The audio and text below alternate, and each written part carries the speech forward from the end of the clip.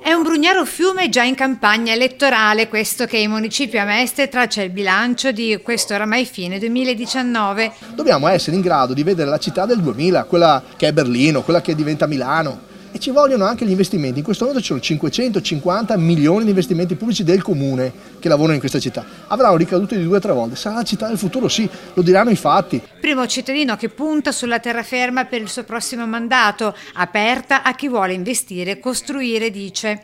Sì, aperti agli investimenti, non solo Mestre, io vorrei dire, ma anche Marghera, ma anche Favaro, anche Zelarino, anche Chirignago e tutte le città di Venezia che ci sono, le isole comprese. Noi pensiamo che il futuro sia proprio quello di vedere come l'investimento privato, come l'interesse privato, la somma di quell'interesse sia l'interesse pubblico. L'importante è che l'interesse di un privato non confligga con l'interesse del privato vicino. Ecco, quello è il ruolo del pubblico, da fluidificare quello che è l'azione. Fare azioni sul territorio non vuol dire cementificare, ma vuol dire risanare luoghi che sono spesso inquinati. Ed ecco al riguardo i suoi propositi proprio sull'edificio del 1600 dell'ex posta di Piazza Barche. È un rottame che è stato bombardato nella guerra, è stato lì, ripeto, l'ho detto prima, sono morte anche i topi che ci sono dentro, un privato decide di fare qualcosa, raccolgono 63 firme, la bellezza di 63 firme, la mandano al Presidente della Repubblica, che non ha altro da fare che leggere queste firme.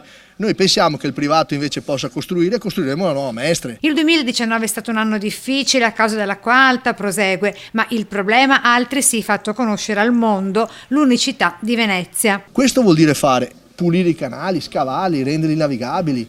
Sistemare il Mose non vuol dire soltanto il Mose, vuol dire riefficientare la città. È stata ferma per 20-30 anni, i cittadini non ne possono più. Quindi la questione grandi navi da togliere da San Marco e dalla Giudecca e i suoi saluti personali tra gli altri a Mattarella, Casellati e Zaia, dicendosi pronto a essere, in caso di accordi, il candidato della Lega alle comunali per Venezia del prossimo maggio.